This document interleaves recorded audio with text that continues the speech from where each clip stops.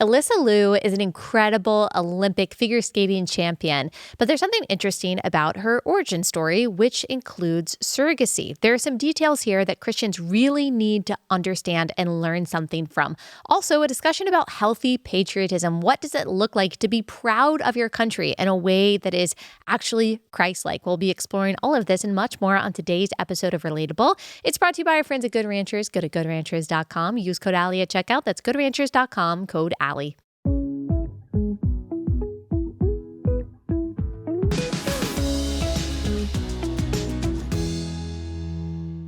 Hey guys, and welcome to Relatable. Happy Wednesday. Hope everyone has had a wonderful week so far. We've got so much to get into today. Did you see the State of the Union? Well, if you want to know what I thought about it and you want to know my coverage and other Blaze host coverage, then you need to go watch that on Blaze TV. You can look on my Instagram. You can look on my X. I had all kinds of things to say about it, but we don't have time for that today. We've got other things to get to. Before I get into all of that, like this video, share this video, leave a review for us on YouTube. Can you leave a review on YouTube? I don't know, but you can leave a review on Apple Podcasts and on Spotify. Make sure you're subscribed on all of these platforms. It really helps us a lot. Leave us a 5-star review wherever you listen and make sure that your friends are listening to Relatable so they can be in the know and so that they don't fall prey to the propaganda that is targeting Christian women on a daily basis. And we even have a conference making sure that women are fully equipped with theology, biblical truth. It's actually not a political conference. You'll hear some cultural issues brought up, certainly, because the Bible covers those topics. But this is really a theologically equipping conference for women who want to be clear, who want to be confident, who want to be courageous by the power of the Holy Spirit and because of the truth of God's word. This is a completely unfiltered, no fluff, gospel-centered Christian women's conference. It's called Share the Arrows, and the theme is always courage and clarity. It's incredible. We had 7,000 women in Dallas, Texas last year, just an amazing day. And by the grace of God, it will be another amazing Holy Spirit-filled year this year. It's in Dallas, Texas, October 10th. Make sure you go to sharethearrows.com. We will be dropping our speaker lineup soon. Sharethearrows.com for your tickets today.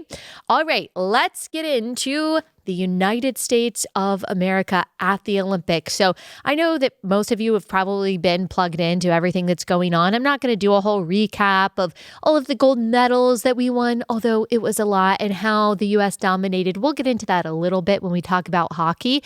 But I want to dig a little bit deeper and look at some of these athletes and some of the lessons that we can learn from their lives, from their origin stories, and even their representation of America on the world stage. We'll be talking a little bit about patriotism, how we should think of that from a Christian perspective. But I wanted to highlight one particular athlete that I absolutely loved watching and dig into her origin story and talk about why it is relevant that this figure skater, Alysa Liu, who is incredible, an absolute champion, such a joy to watch, that she was born via surrogate. And she and all of her siblings were born via IVF. They were gestated with a surrogate, and they were raised by a single father. And I think all of that, it highlights something that we really need to look at. Now, before I get into all of that, I know that a lot of you are probably thinking, why does it matter? Can't we just celebrate her? And we should celebrate her. I want to talk about the amazing things she accomplished at the Olympics, but we talk about surrogacy and IVF a lot and the ethics of kind of designing children and picking out mothers and gestators from catalogs and the commercialization of children that really can't be glossed over. And I just want to take every opportunity for Christian women to be able to look at this issue in the face and kind of grapple with this difficulty of seeing this person made in the image of God who is obviously incredible, but also realizing that the ethics of surrogacy and IVF, they give us pause as Christians. And we have to be able to hold those two things at the same time. So, okay, first let's look at this iconic picture. This is full screen 4 of Alysa Liu. In case you have been living under a rock and you don't know who she is, look how adorable that is. This is after she won gold, jumping up into the air, which is that even that move alone is more than I could do without breaking my neck. How do you jump into the air on ice skates? I don't know. That's my perpetual question. And then we'll show this video. It doesn't have any sound of her performing. She's such a different kind of performer. I mean, the way that she moves, the way that she dances, a lot of people just talk about the joy, joy, joy. And there is a lot of joy, obviously, that's emanating from her when she's dancing, but it's just fun and it's a little sassy and it's very youthful without losing the elegance. It's also extremely athletic, the way that she moves. And I think that not that my opinion when it comes to figure skating really counts because I have zero expertise in this area, but I, of course, believe that she completely deserved that gold medal. And I'm just so thankful for that. I'm thankful for these incredible athletes representing the country that I love on the world stage. So let's talk a little bit about the goods and the questionable about how Alysa was raised, who her father was, and how she became this amazing athlete that she is. So we'll talk about Alysa Liu and him fleeing from China as a political refugee, but then also why and how he chose to procure so many children via surrogacy and why that matters. But let me go ahead and pause first, tell you about our first sponsor for the day. That is Holy Pals. I love this sponsor because I love this company so much. They make these amazing biblical pajamas. And if you're wondering, like, what's a biblical pajama? Well, they depict through these really cute patterns, Bible stories. And so at Christmas time, they've got the nativity scenes. They've got David and Goliath. At Easter time, they've got the stone rolling away. And it's just really sweet to be able to share the truth of scripture with our kids by showing what they're wearing. You'll see if you're watching this on YouTube, just how adorable that is with the He is Risen sunrise. Very classy, very cute. Love it so much. And unfortunately, a lot of the really cute and chic baby and kid pajamas companies, they're woke and you see it every June. They're supporting all kinds of progressive causes. Well, you obviously don't have to worry about that with Holy Pals. You can wear the word of God, just another tool to teach your kids the truth of scripture. Go to holypals.com and shop while their stuff is in stock. Use code Allie26 for 10% off. Go to holypals.com, code Allie26.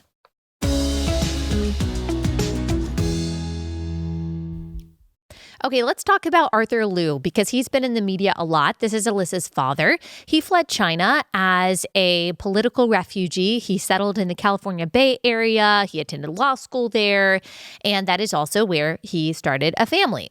Now, he is the only biological parent that Alysa knows because Alysa was born by surrogacy. He used IVF with anonymous egg donors. This has all been reported publicly, and surrogates to have Alysa and her 4 younger siblings. And let me just pause just for a second and explain this to those of you who don't know what is going on here. So when you purchase a child, and that really is the most accurate way to say that, purchase a child via surrogacy, what you are typically doing, especially if you are a man who is not using the eggs of his wife, you are purchasing the eggs of one woman, and then you are renting the womb of another woman.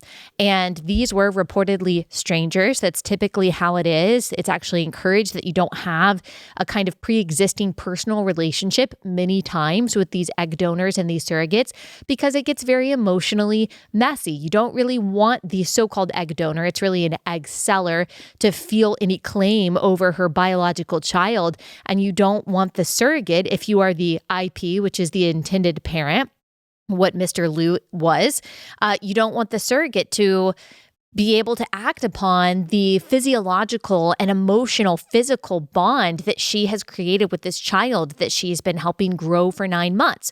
So that is why you separate the 2 women. They're not supposed to be the same woman. And that is very often why this is done contractually, like a business deal, why this is done with 2 strangers. Now, unfortunately, who is not considered in these purchases, in these transactions, are the children. What is considered is the desire of the adult. I want to be a father. I want to be a mother. Sometimes there are fertility issues going on there. That doesn't justify it, but sometimes, as it seems in this case, like he just wanted to become a dad, which is a great desire. But we as Christians don't believe that any means necessary are justified in satisfying even a good desire. The science that is required to make a child indicates the two people that are required to raise a child. So the two people needed to make a child are also needed to raise a child. And when we intentionally create children to rob them of a mother or a father, we are stealing from them something that is necessary for their healthy development. And it's wrong. That's different than adoption. An adopted child was not purposely created to take them away from their biological mother. That is the next best option in a broken situation. Adoption redeems a broken situation. Surrogacy creates that broken situation. Sperm selling creates the broken situation. Egg selling creates the broken situation. And in this case, you have commodified two women, and then you have also created a transaction over a child. So you've also commercialized that child. So in every single case, no matter what the reason is, surrogacy, egg and sperm selling are wrong. And then there's also something interesting about how Arthur chose the women who were going to be the egg sellers for all of his children. So he specifically chose white women as these egg sellers. I don't say egg donors because these women are making money from selling their eggs for all of his children, believing that it would give them, quote, a diverse gene pool and reflect his own blend of Chinese and American cultures. Like that should just kind of make your skin crawl a little bit that you're creating these designer babies as if out of a catalog. I mean, that's really objectifying these little people. When the kids were young, Arthur was married to a Chinese woman, and this is now his ex-wife, but also she remains their legal guardian and the person the children call mom.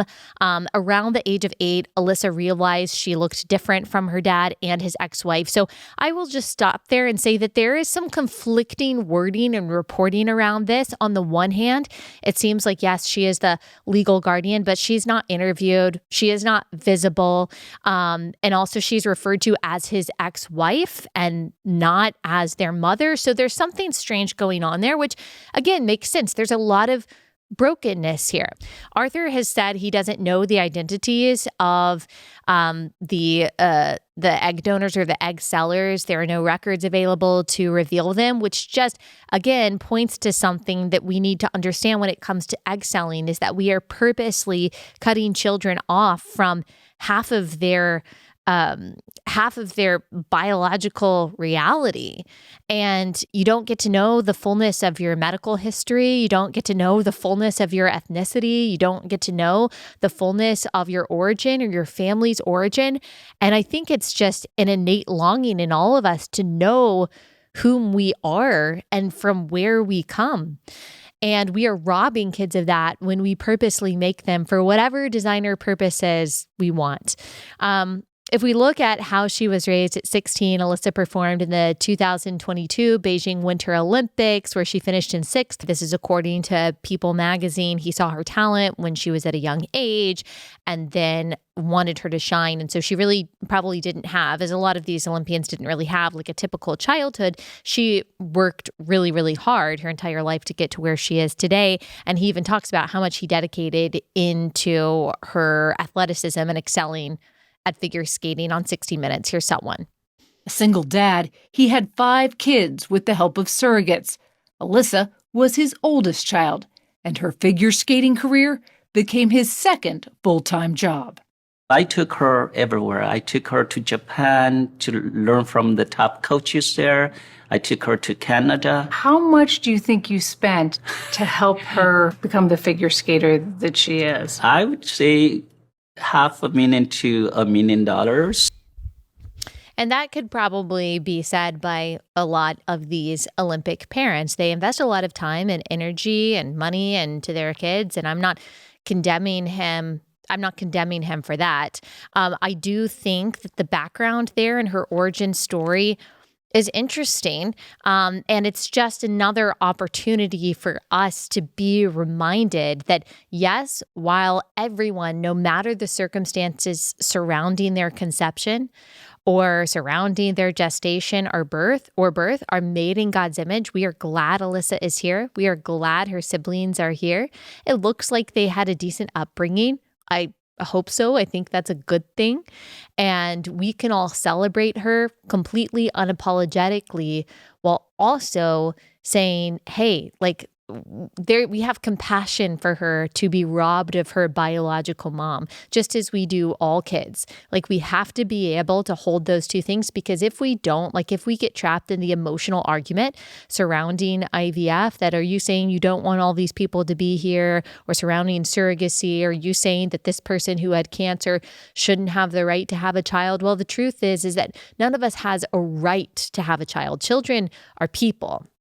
They're image bearers of God. They're not something that we are entitled to be able to create by any means necessary. We are glad that they are here. We honor them as dignified image bearers, while still pointing out that there are some serious issues with surrogacy, specifically when it comes to these particular circumstances, but also as a whole with the industry that it has created, which is basically indistinguishable from worldwide trafficking. And this is especially an issue with China, who has used surrogacy to create these dual citizens who are born in America via surrogate. They get citizenship because they're born here. They go back to China later, after they've been sometimes educated in America, or they're educated in China, then they come back to work in America, and they're able to do that with dual citizenship. This is a huge problem. Like, this is a part of why, I don't even know what you would call it, birth warfare that is happening from the CCP at the United States. I'm not saying that Alysa was a part of that, but against the backdrop of what is going on globally, like, it's really important for us to be able to see this with clear eyes. So that leads us to the actual trend that's going on specifically in China and why we need to care about it. Let me pause and tell you about our next sponsor for the day, and that is Voice of the Martyrs. They have an incredible book out, and it's called Hearts of Fire 2. It shares the real stories of women around the world who are following Jesus in places where doing that can cost them their freedom, their families, even their lives. These are not distant, abstract situations. These are sisters in Christ and their faith in the middle of all of this chaos and serious persecution, not just getting rejected, but facing imprisonment, facing torture, facing execution, is really humbling. And it's also just such an edification for our own faith, the reminder that the gospel is worth every risk. And these women need our prayers. They need our support. They need our boldness. And Voice of the Martyrs exists for them. It exists for those who are being persecuted, who are facing death because of their faith in Christ around the world. So I really encourage you to go to vom.org/Allie, get your free copy of Hearts of Fire 2. Just be inspired by these fellow Christian stories. That's vom.org/Allie.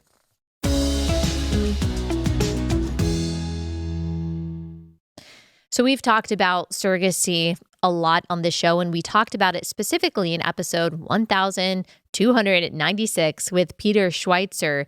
And he has written a lot and researched a lot about China over the years. And we talked about this trend in China of using surrogates to accomplish what we just explained earlier.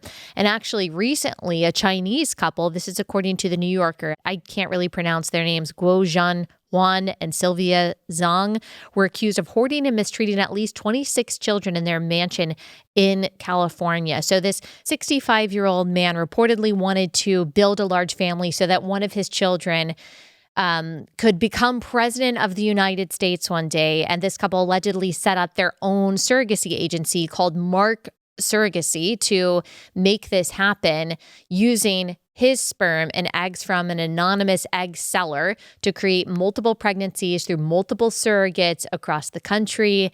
And then a former employee described this man as a wealthy man obsessed with having as many kids as possible, like Genghis Khan or something, unlike others who pursue vices, I guess is how he wanted to glamorize it, romanticize it. He simply wanted more children by any means. Well, the by any means is the problem there, right? Because then it doesn't really matter the welfare of the kids. What matters is what you want. And prioritizing adult desires over child welfare is disorder. It's not how it's supposed to be. The couple was arrested in May 2025 on suspicion of child abuse and neglect after a 2-month-old baby in their care was hospitalized with a traumatic brain injury. So I would say that looks like abuse.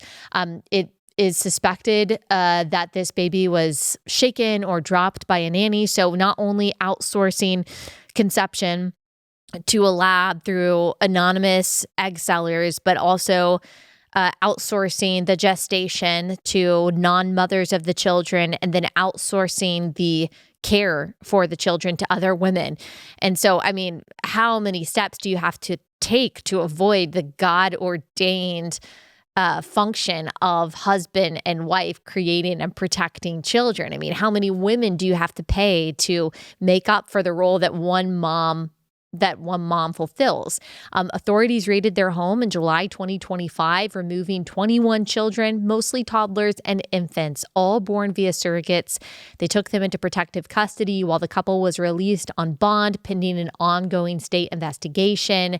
Since their release, at least 5 more babies were born to their surrogates in states like Virginia, Pennsylvania, Georgia. So that's a really disturbing thing going on here, is that these women are actually giving birth in states all over the country. And then these babies are somehow being transferred back to these surrogacy homes in places like California. America is absolutely the wild, wild west when it comes to fertility treatments, so-called fertility treatments, and surrogacy and IVF. Embryos have no rights, basically, in the United States. And these are human beings. They might not look like a full-grown baby. They might not look like you or me, but the appearance of people is not how we decide on their dignity or their worth or their value. These are human beings that we are discarding like trash, that we are killing via eugenics, saying, oh, we don't want a boy, we want a girl, and discarding embryos that might be diagnosed with something like Down syndrome. It is like a hidden massacre that is going on under this sunny guise of just helping people have children. And China plays a huge part in this. There is this article that I found really interesting. It's called a Surrogacy Silk Road. Chinese parents head west for babies. Silk Road is a reference to the ancient network of trade routes that connected East Asia and the Middle East, Europe, parts of Africa, South Asia, named mostly after the highly valuable Chinese silk that flowed west along these paths.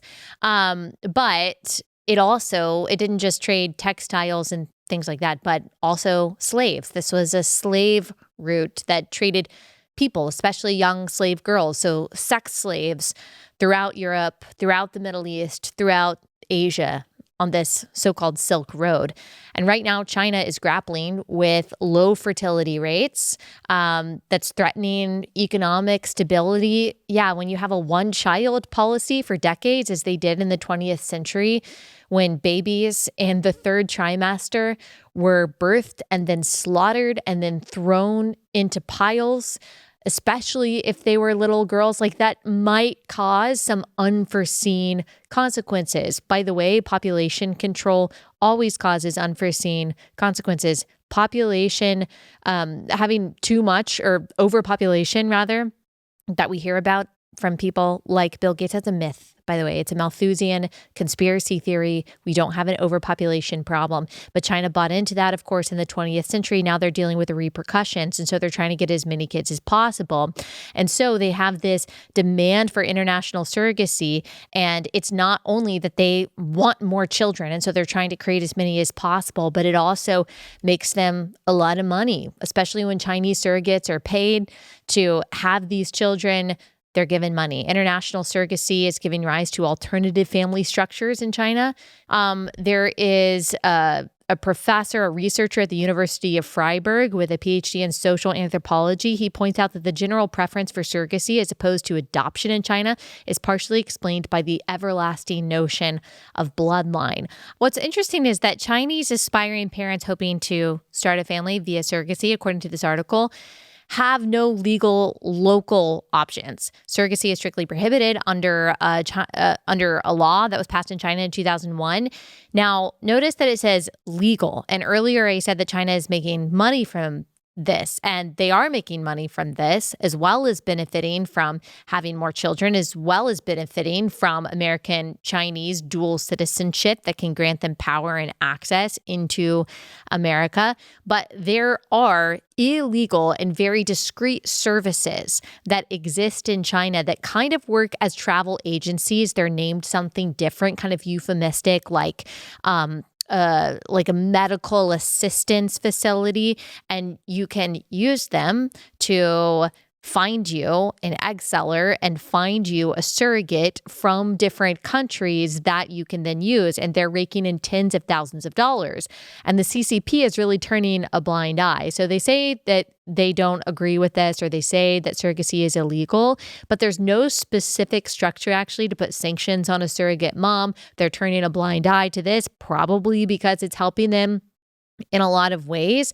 And so we just need to understand that in the midst of all of this, that there are real children who are being bought and sold and trafficked, and they don't get a say in this. It's much like our Monday episode. Kids are the unconsenting subjects of progressive social experiments. And I want us to be able to celebrate someone like Alysa Liu, and we absolutely should. Her accomplishments stand on their own, but I don't want people to read this origin story and say, well, maybe it's okay. It's not okay. That's my point in saying all of this. Like, I don't want us to be blinded by the glitz and the glamour and this story by saying, well, she turned out fine. That's not the point. It's still wrong, no matter how someone turns out, to rob a child purposely, to create them, only to rob them of their biological parents. And every surrogacy circumstance actually fuels this worldwide, extremely lucrative scheme that is going on here. And actually, Reddit had something to say about this, which I found interesting. The Them Before Us executive director, that's Katie Faust's organization, Josh Wood, he pointed out this Reddit thread talking about what it's like to be a designer baby. We'll get into that in just a second. Let me pause, tell you about our next sponsor for the day, and that is Every Life. This is a truly pro-life company that you want to support. Plus, they make awesome products. We love their diapers and wipes. We use them exclusively. We also love all of their baby products, the baby soap and the lotion. It's all so good, made from really clean materials and ingredients. They also have a women's line, so a feminine care line. And when it comes to women and when it comes to babies, you want to make sure that you are supporting a company that can define what a woman is and that cares about babies inside the womb, and Every Life does. They support their employees. They support pregnant women by donating supplies to pregnancy centers across the country. So they're just a great company to support all around. Go to everylife.com. Use promo code Allie10. Get 10% off your first order. That's everylife.com, code Allie10.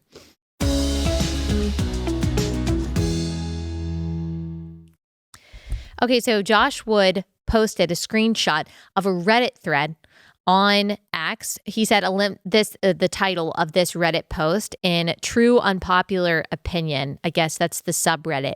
Olympian Alysa Liu shows us the power of designer babies. Her wealthy and intelligent single dad decided he wanted to have children. I'm guessing selected, this Redditor says. This is not Josh Wood saying this. This is this Redditor. Some really good egg donors, usually wealthy people, recruit from Stanford and the like. That is absolutely true. That has been documented. These wealthy people purchasing eggs, they will look at catalogs that only have Ivy League students. This is eugenics. This is crazy. What a surprise. She's one of the most natural and talented Olympic skaters ever, this Redditor says. This is a brilliant idea that almost any woman and wealthy men can emulate. Instead of settling for a less than remarkable partner, select a donor with the very best genes and have remarkable children. That's just a horrible way to think. Again, this is just objectifying children, as if children exist to grow up and to fulfill your dreams. There is another example of a person on this thread. This person on Reddit said, in 2013, I had a fertility clinic reach out to me asking if I was willing to be an egg donor for a VIP couple for a large sum of money. I was a Division I athlete at Berkeley, tall, blonde. The family wanted all of these traits for their donor, so can confirm this does happen. Another Redditor claimed herself to be a designer baby. She said, as a designer baby myself, via sperm selling, genes aren't everything, or rather they are, and that's the problem. Not really sure what that means. The intense pressure my mother put on me to live up to my potential pretty well killed whatever potential I might have had to be a star. She treated me like an investment, not a child, and it sucked. Sure, there are plenty of parents of natural-born kids who do the same thing, but I think it's more common among parents, this Redditor says, who use sperm and egg donation because they know exactly what they paid for and want to feel like they got their money's worth. That is just really disturbing. Do we know that that's what's going on in every single one of these situations? No. But the thought of designer babies is very Brave New World. It's very dystopian. And it's what happens when we don't see people as God sees them, as independently valuable. I mean, all throughout history, all throughout the pagan societies of old, have we measured people's worth by their productivity, by their wealth, by their ability to reason and to rationalize what they can bring to the table. I've told this story many times of this book that I read called When Children Became People by Owen Backey. He talks about pagan Roman Empire, how the logos was the indicator of someone's worth as a person, and only the adult-free male could have the logos, which was the ability to rationalize or reason. And that's why children were objectified under moral justifications, that they were basically on the level of barbarians because they couldn't reason like adult men. So they were aborted. They were killed as infants. They were used as child labor. They were sold into sex trafficking. They were used as objects of sexual pleasure, all because they weren't seen as valuable as adults, because they didn't have the fullness of the logos. And it was Christianity that burst onto the scene and said, no, that's not how we're valuing people's worth. We're valuing people's worth by this previously Hebrew concept called, or exclusively Hebrew concept called the Imago Dei. All people are made in God's image. I don't care how old you are. I don't care where you come from. I don't care about your background or your bloodline or any of those things. You are all made in God's image, and therefore you all matter. And actually, we're going to pay more attention to the vulnerable ones, to the poor, to the women, to the sick, to the children, because that is what our Jesus, the one that we worship, calls us to do. And so that was a major disruption in civilization 2,000 years ago, and it shaped Western civilization. It changed how the world saw people. It changed how the West treated children. And it should continue to be our rallying cry today that these children matter. And they matter because they are made in God's image, not because of what they bring to the table, and that there is no cost that we can put on a human life. It's the same argument that we made against slavery. It's a similar argument to the one that we make against abortion.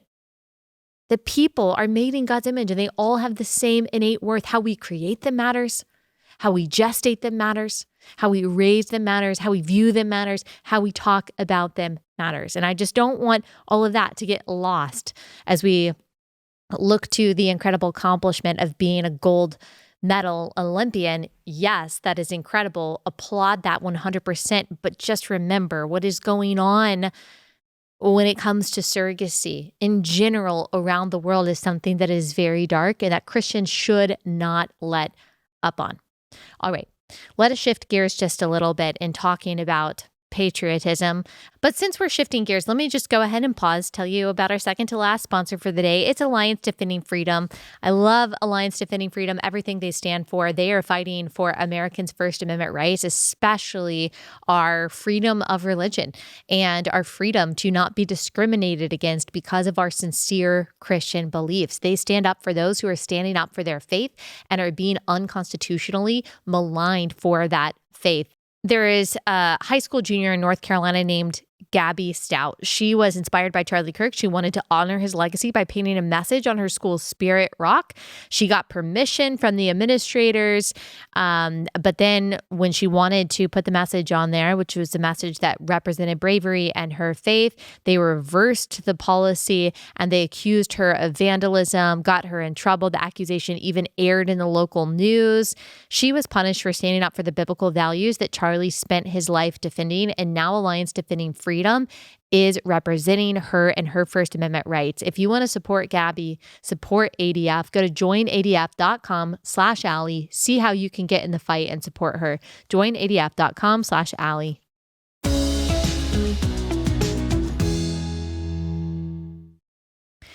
Okay, let's talk about something just a little bit lighter, but also has a serious note to it. Let us just talk for a second about how amazing that hockey game was between Canada and between the United States. So I will just be honest, like I am not really someone who follows hockey, and I won't pretend to know everything about hockey. However, I was just excited to see America win because I love this country, no matter who is president. I love America. I am so beyond grateful to live here. I love seeing us represented in a strong, powerful way on the world stage.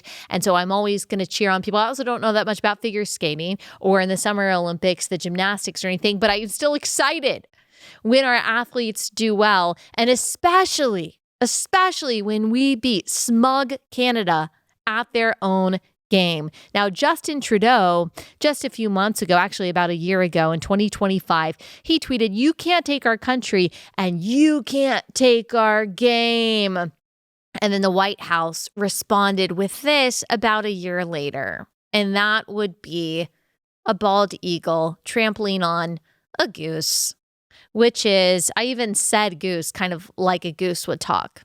And that is representative of Canada. So the U.S. won its first gold medal against Canada since 1980. That's a long time. No offense to those of you who were born in 1980. It's a long time ago. A historic breakthrough for Team USA and heartbreaking loss for Canada. Hockey is the national pastime. That is the only sport that it has. And it is like the 6th most popular sport here in America. Hockey player Jack Hughes made the game-winning goal in overtime after having his teeth knocked out during the third period of the game, which is so incredibly iconic and hockey-ish and American. Here's shot 3. This is all about our country right now. I love the USA. I love my teammates. It's unbelievable. The USA Hockey Brotherhood is so strong. And we had so much support from ex-players. I'm so proud to be American today.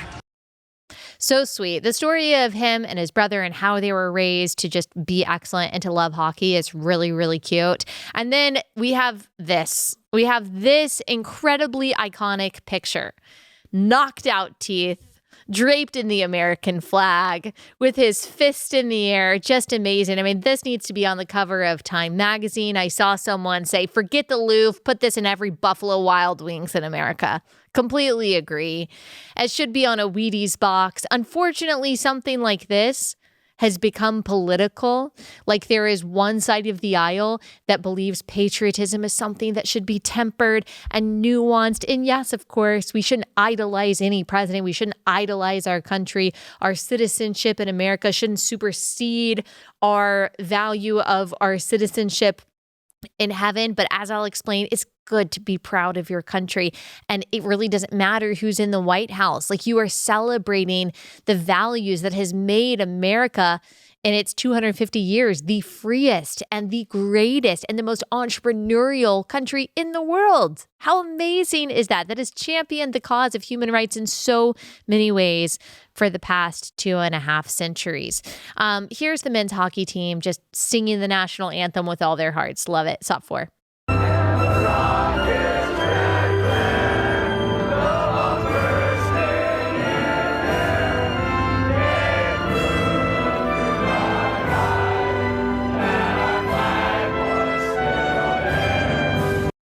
Okay, they're not going to win any Olympic choir contests anytime soon, but that's okay. That was beautiful. I also loved this moment after their win. Trump called them on someone's phone just to congratulate them and to invite them to attend the State of the Union, which was last night. Here's top 5. How are you? Say hi. How are you? Say hi to him. How you doing, Don? I have seen hockey goalies have slightly worse games than this. It's unbelievable, and you were all unbelievable. And the team is pretty good you played. I don't know if it's going to begin anytime soon, right? And, you know, I tell you what, I just told my people 2 minutes ago, I didn't know they'd be calling. I said, we're giving the State of the Union speech on Tuesday night I could send a military plane or something. But if you would like to, it's the coolest night. It's the biggest. We're in. That was really sweet. They were all excited. And you know what? I don't know the politics of all of them. In fact, I've seen some things about Jack Hughes maybe being pro-LGBTQ or liberal. That's really not what it's about. I think Alysa Liu probably has given some progressive opinions, but she draped herself in the American flag and said that she was grateful to be there to be competing. These men just seem grateful to be there to be competing and, of course, grateful to win. Like, as a conservative who loves America, that's all I want to see. I don't expect these athletes to agree with me on everything. I'm sure like 1% of them probably agree with me on everything. A lot of them might have voted for Kamala Harris. For us, like, we're just different than the left. Yes, of course, I'm going to disagree with them. I might even publicly disagree with them if they're public about that. But I just want you to be grateful to live in an amazing country. And I want you to be unapologetic about that when you are on the world stage. What I really take issue with is people like this saying, oh, I just representing the United States. It's just tough. SOT 7. It brings up mixed emotions to represent the U.S. right now, I think. It's a little hard. There's obviously a lot going on that I'm not the biggest fan of. I think for me, it's more I'm representing my friends and family back home, the people that represent it before me. I just think if it aligns with my moral values, I feel like I'm representing it. Blech. That's so weak, weak in either direction. Like, if you are a progressive activist and you're trying to say what ICE is doing is completely unjust and you think America is I don't know, Nazi or whatever, say it with your chest. Like, if you're talking about injustice, being I'm not really a fan of everything that's going on, that is not persuasive to me. Either say it or don't say it. But that is just wishy-washy and weak. You don't have to agree with all the policies in America. You would not see a conservative standing up there and being yeah, I don't know about representing America when abortion is going on. It's not that we don't think abortion is a grave evil, the greatest evil that's going on in the world. We do. It is understood that you are representing what you love and are grateful for about your country, the foundational principles, the country that has given you the opportunity to become an incredible athlete and to be unapologetic about that. That's what we want to see. I don't care really about your political opinions or who you voted for. I just want to see you represent America proudly. But we've got the Huffington Post saying if waving the American flag or chanting USA turns you off right now, you're not alone. The article goes on to say the cognitive dissonance of rooting for the U.S. sports while hating the U.S. government is so common that it continues to be one of the main topics I hold space for in therapy. So many things wrong with that sentence. If you are in therapy and your biggest problem is that you don't like who's in office and you don't know how you feel about rooting for the United States in the Olympics, wow, we might need to go back to an agrarian society for a little bit, just so people don't have so much time on their hands. If you are working with a backhoe all day and you are tilling the soil to this shows you how much I know about farming, to make your crops grow. Okay, then you don't have time to go to a therapist and talk about the cognitive dissonance between chanting USA when the hockey team wins and not liking Donald Trump. We've just gotten too luxurious and too free here. They go on to say, you can hold more than one truth at the same time. That is true. That's true. You can admire the discipline and sacrifice of the athletes. You can strongly disagree with government policy. You can feel both pride and disgust without needing to collapse that into one correct feeling. Well, you shouldn't feel disgust. You just shouldn't feel disgust. And you can actually say, it's totally possible to say, I love America so much. I want what's best for America. I agree with the foundational principles. We're an incredible country. I don't agree with all of the policies. But when it comes to progressives, there is a deep-seated resentment that goes on there. And I think a lot of progressives think that patriotism is MAGA coded. And so it makes them cringe.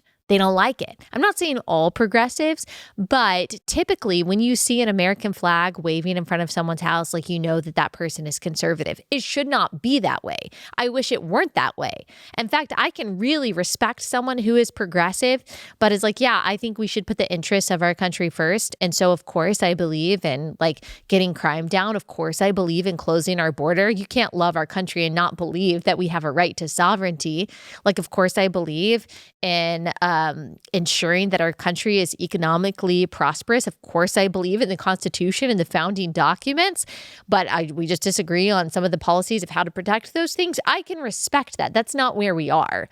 We have very fundamental differences, moral differences when it comes to how we see the world and how we see truth and morality in the Constitution, and that makes it really difficult. We should be able to completely unite over, yeah, America is awesome and we love to see her win. Unfortunately, I don't know that we can really agree with that across the aisle right now, or agree on that across the aisle. Now, I just wanted to end on a note about patriotism in general, because I get this question a lot. Like, how do we balance this? How do we balance loving our country, being patriotic, pledging allegiance to the flag, and then also making sure that our citizenship is truly in heaven and honoring that first? So we'll just end on some quick thoughts on that in just a second. Let me tell you about our last sponsor for the day, and that is Legacy Box. A Legacy Box is incredible because it takes all of your old Polaroids or your pictures from the 90s, 2000s, but as far back as your pictures go, you can take all of those, you can put them in a cardboard box that they send you, you can send it to the people at Legacy Box, and they will digitize everything. They'll put it on a file, send back the hard copies to you, send you the file. And so you have all of this on your computer, on all of your devices forever. So you can truly pass down these items and not worry about them getting destroyed or not having them taken care of. And this is true of VHS tapes. I know in our house or in my mom's house, she's got a lot of home videos of us going back to the 80s. And it can be hard to keep up with that, especially if you're moving. And so you just want to make sure that you have all of these in one place so you can truly pass them on in an efficient way to your kids and your grandkids. They've got an awesome deal for my viewers and listeners. Go to legacybox.com/Allie. You'll get 50% off with that link. That's incredible. legacybox.com/Allie.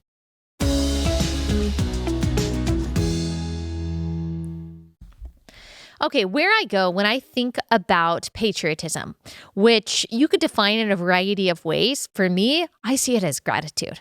I see it as pride, not in the unhealthy and sinful sense of, oh, Americans are innately better than other people. We have a higher innate value than others, or we have the right to do whatever we want to. It's not any pride in that I can own personally any good part of America, but just grateful and just acknowledging what an incredible blessing and privilege it is to have been born here and to have access to human rights and to have access to due process and all of these amazing opportunities that are so unique to America.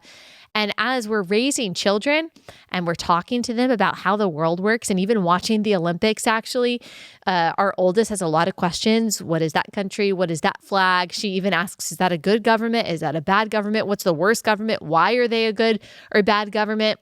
It really makes us think. And when you're teaching your children this, you're like, you just want them to know how incredibly blessed and grateful they should be to be born in America, because so many people don't get that gift. And so we want to steward it well. It's not just so that we can consume. It's not just so we can be proud and patriotic. It's so that we can glorify God, so we can help other people, so we can share the gospel. You know, Charlie Kirk, and I don't know if he originated this saying, but he always used to say, like, the most important thing is to share the gospel. And the second most important thing is to ensure that we have the freedom to share the gospel. And the gospel can flourish no matter where it is, whether you have the First Amendment right to free speech or not, because that's just the power of the Holy Spirit. The gates of hell will not prevail against the church. But how incredible that for centuries we have been able to send out missionaries to foreign lands because of the theological training that flourishes here, because of freedom, because of constitutional rights. That's amazing. Jeremiah 29, most people know Jeremiah 29:11, for I know the plans I have for you. But a few verses earlier, it says, but seek the welfare of the city where I have sent you into exile. This is God speaking to his people who are in exile in Babylon. And pray to the Lord on its behalf, or this is God through the prophet Jeremiah. For in its welfare, you will find your welfare.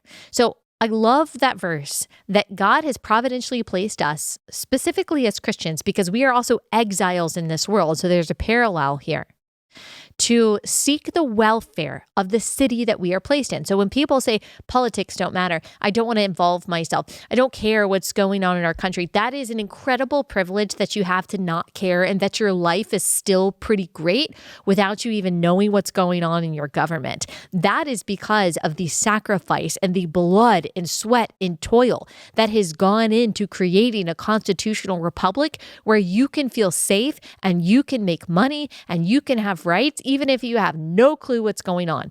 I'm saying don't take that for granted because it's not a given. I think people think that human rights are a given, that freedom is just a given. No, that is specifically a Christian politic that has been interwoven in America for 250 years, not perfectly, but better than any other country that exists on earth today. And it is because of the courage and the clarity and the persistence and the involvement of Christians in the political world that has said, oh, no, we're going to go by God's standards. We're going to honor what God says about human rights and human dignity. It's been Christians pushing for that in every way possible in America and abroad that has changed the culture, changed in a good way how the world has seen people. Psalm 33:12, blessed is the nation whose God is the Lord, the people whom he has chosen as his heritage. That's not to say that God has chosen America as his heritage. America is not God's chosen nation. We are his heritage as Christians. We are his chosen people. And we want our nation to be blessed. We want good things for our neighbors. And if God is the creator of the heavens and the earth, then he is the authority over all of it. He says what is and what isn't, what's right and what's wrong, what's good and what's bad, what's true and what's false, what a woman is, what she's not, what a marriage is, and when life begins. And if we believe all of that, none of those beliefs can be compartmentalized in our private lives. They have implications in the public and the professional and the political as well. 1 Timothy 2:1-2. First of all, then I urge that supplications, prayers, intercessions, and thanksgivings be made for all people, for kings and all who are in high positions, that we may lead a peaceful and quiet life, godly and dignified in every way. When rulers are godly, we get to lead a peaceful and a quiet life, dignified in every way. Now, that is a dictate for all Christians, no matter where they live, no matter what the government looks like. But that is what we hope for as Christians. That is the kind of environment that we want. So that is one form of patriotism that Christians want to represent, is praying for our leaders, no matter if it's a Republican or a Democrat. And yes, I believe being grateful for and in a healthy sense, proud of the country in which God has providentially placed you. You're not placed here arbitrarily or by accident, because we know God doesn't do that. St. Thomas Aquinas, are you happy, to all of my wonderful Catholic listeners out there? This is a 13th century theologian, and he said this: the reverence given to our country includes homage to all our fellow citizens and to all the friends of our country. I think some people forget that your fellow citizens are also your neighbors, okay? It's not just the poor illegal migrant from Guatemala that is your neighbor. Laken Riley was also your neighbor. The unborn child is also your neighbor, and how we treat them matters, and the policy that references them and that acknowledges their rights, that matters. And in fact, nations are like families. You don't hate the people outside of your family, but you lock your door at night to protect the people inside your home, to protect your family. You don't hate other children. You don't hate other families, but you don't love them in the same way that you love your own children. You don't open your door to the neighborhood because you know that while not all of your neighbors are criminals, it could be possible that one would be.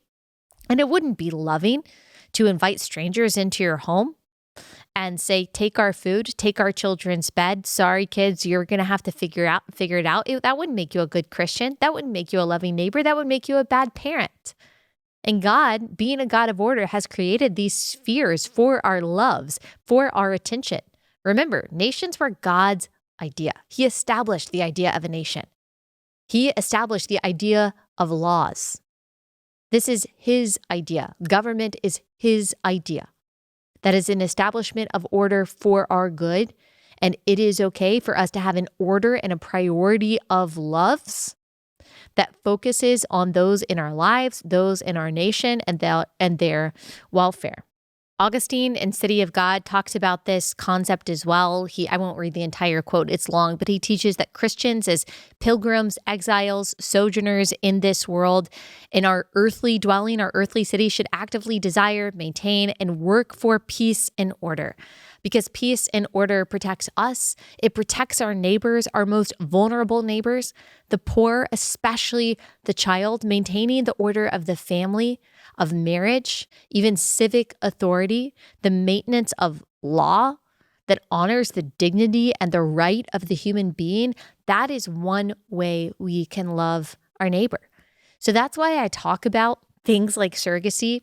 IVF, very controversial. If I just cared about followers and clicks and views, I would not talk about any of that because that probably gives me the most heat of anything that I talk about. The reason why I talk about it is because I believe Christians have a responsibility to know what is going on in the world when it comes to children, when it comes to the most vulnerable people in the world, both in and outside of the womb. And I will take every single opportunity that I have, anything going on in the news, even the Olympics, to make sure that Christians are perfectly clear on why kids matter and how we treat them really matters. And that is one big reason why we love our country, we're grateful for our country, and we fight to keep our country peaceful and orderly and safe for those vulnerable kids. All right, that's all we've got time for today. We will be back here on Friday.